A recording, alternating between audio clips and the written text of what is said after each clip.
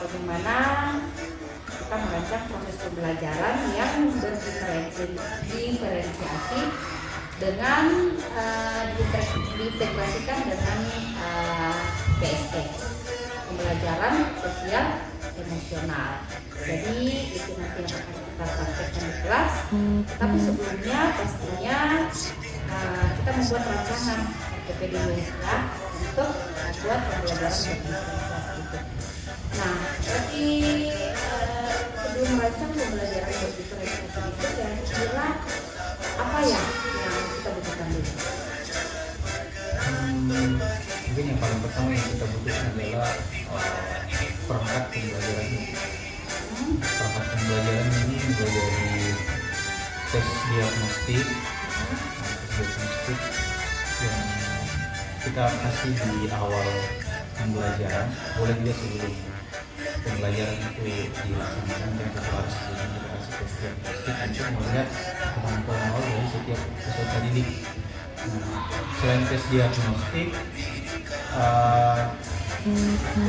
yang saya maksudkan itu tes diagnostik kognitif.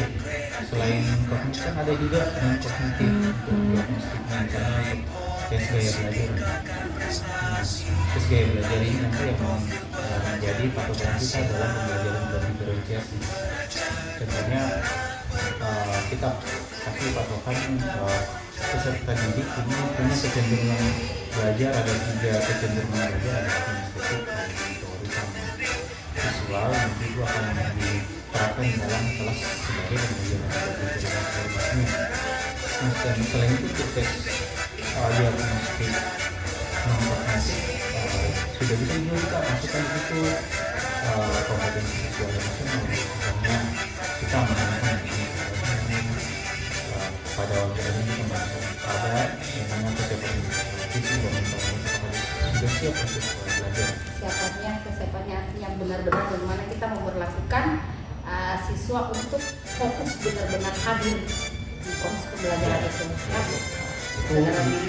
Itu untuk bagian tes diagnostik. Jadi yang pertama kita lakukan adalah kita lakukan dulu tes diagnostik. Setelah itu kita rancang perangkat pembelajarannya sesuai dengan hasil tes diagnostik tadi. Kita sesuaikan dengan isinya. Setelah ada perangkat,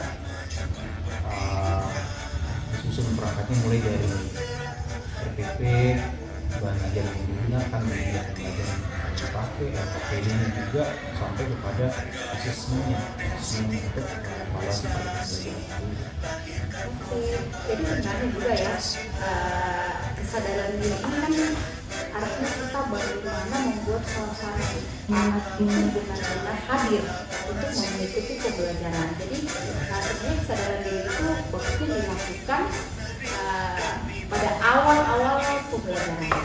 Jadi kita mau melihat siswa di situ bagaimana, bisa juga kita melihat mengidentifikasi bagaimana perasaan seorang murid dalam memulai pembelajaran. Karena bisa saja ada yang sementara galau, ada yang sementara sedih, dan pasti ada di antara mereka juga yang gembira. Jadi peran kita guru di sini adalah bagaimana menstabilkan suasana mereka sehingga benar-benar kita membuat siswa itu benar-benar hadir fokus untuk memulai pembelajaran. Jadi pastinya ada nantinya di dalam rancangan pembelajaran seperti itu ya. Nah, jadi yang saya mau juga tekankan nantinya pada saat proses pembelajaran ini adalah bagaimana nanti dalam rancangan pembelajaran itu benar-benar kamu rancang proses pembelajaran itu apakah itu namanya siswa itu dalam diferensiasi pembelajaran itu terintegrasi dengan bagaimana nanti memilih bagaimana memilih apakah siswa itu kita bangkitkan bagaimana supaya dia memiliki kesadaran sosial, mampu memiliki keterampilan berelasi dan benar-benar bertanggung jawab ya dalam proses pembelajaran. Nah, jadi itu mungkin yang harus kamu persiapkan di dalam proses pembelajaran, rancangan proses pembelajaran. kira-kira apa tujuan selain itu yang bisa kamu capai dalam pada saat akhir dari proses pembelajaran nanti? Jadi setelah proses pembelajaran selesai itu saya mengharapkan nanti setiap peserta didik yang memang memiliki potensinya masing-masing itu lebih dikeluarkan lagi atau dikembangkan lagi potensi dalam dirinya berdasarkan pembelajaran berdiferensiasi tadi itu. Jadi setiap siswa misalnya dalam pembelajaran berdiferensiasi itu kita biasa gunakan hasil tes gaya belajar mereka. Dengan gaya belajar tersebut ada siswa yang cenderung lebih menyukai belajar menggunakan auditori, visual, semoga dari proses pembelajaran tersebut mereka bisa mencapai tujuan pembelajaran yang kita mau capai itu berdasarkan potensi dari dirinya. Kemudian yang berkaitan dengan PSE, pembelajaran sosial nasional, yang saya harapkan adalah mereka bisa belajar untuk memanage diri, mengelola emosi mereka pada saat proses pembelajaran berlangsung, sehingga kedepannya mereka memiliki kemampuan untuk mengelola emosi dan bisa berrelasi dengan orang lain. Kan nanti pasti setelah ini pasti mereka akan bertemu dengan banyak orang. Jadi mulai dari sini mereka sudah membangun bagaimana berrelasi dengan orang lain dan mengambil keputusan yang bertanggung jawab untuk depan. Oke, jadi artinya melalui pembelajaran ini potensi mereka dikembangkan ya. Jadi potensi mereka dikembangkan. Jadi misalnya saja ada anak yang suka menyanyi dalam kelas itu, nah tidak apa-apa kita memberikan tugas anak itu dengan mungkin saja merangkum proses pembelajaran itu dalam bentuk lagu, sehingga benar-benar dia pahami apa yang mereka pelajari, karena dunianya dia adalah misalnya menyanyi. Nah misalnya ada yang keterampilannya membuat video, bisa saja kamu berikan tugas seperti itu ya, membuat video dari rangkuman pembelajaran yang mereka sudah pelajari, sehingga potensi yang dimiliki mereka bisa semakin dikembangkan dan materi yang dipelajari mereka bisa kuasai, seperti itu ya. Iya. Jadi sebelum masuk dalam proses pembelajaran nanti, harapan kita adalah tujuan pembelajaran boleh tercapai dengan bagaimana menggali potensi anak lewat proses pembelajaran dan kompetensi sosial emosional mereka miliki, sehingga lahirlah anak yang kita harapkan memiliki karakter, terlebih seperti rancangan pemerintah hari ini bahwa profil belajar Pancasila. Oke, terima kasih ya Pak Mardi. Semoga proses pembelajarannya dalam pembelajaran berdiferensiasi yang nantinya diintegrasikan dengan PSE ini boleh berjalan dengan baik. Oke, terima kasih. Hargai potensi, tingkatkan prestasi, lahirkan profil pelajar Pancasila. Belajar, bergerak, berbagi untuk negeri, kita menjalin kolaborasi. Belajar, bergerak, berbagi untuk negeri, demi bakti pada ibu pertiwi. Belajar, bergerak, berbagi untuk negeri, kita menjalin kolaborasi. Belajar, bergerak, berbagi untuk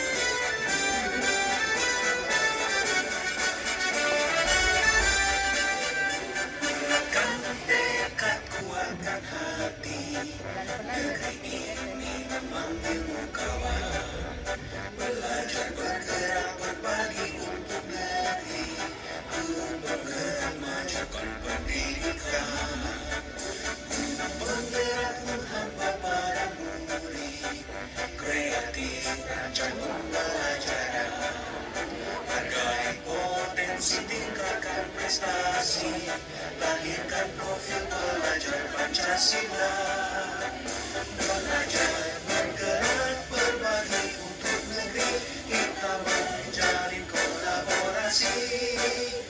Belajar bergerak berbagi untuk negeri, demi bakti para ibu pertiwi.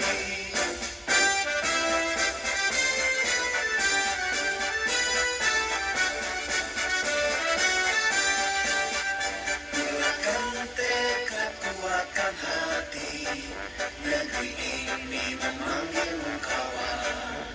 Belajar bergerak berbagi untuk negeri, guru penggerak majukan pendidikan. Guru penggerak menghamba pada murid, kreatif rancang pembelajaran. Hargai potensi, tingkatkan prestasi, lahirkan profil pelajar Pancasila. Belajar bergerak berbagi untuk negeri, kita menjalin kolaborasi. Belajar bergerak berbagi untuk negeri, demi bakti pada ibu pertiwi. Belajar bergerak berbagi untuk negeri, kita menjalin kolaborasi. Belajar bergerak berbagi untuk negeri, demi bakti pada ibu pertiwi. Demi bakti pada ibu pertiwi.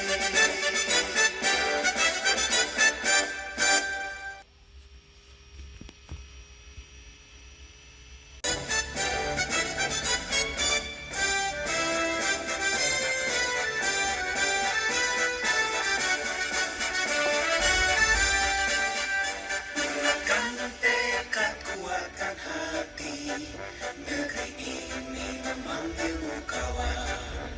Belajar bergerak berbagi untuk negeri, guru penggerak majukan pendidikan. Guru penggerak menghamba pada murid, kreatif rancang pembelajaran.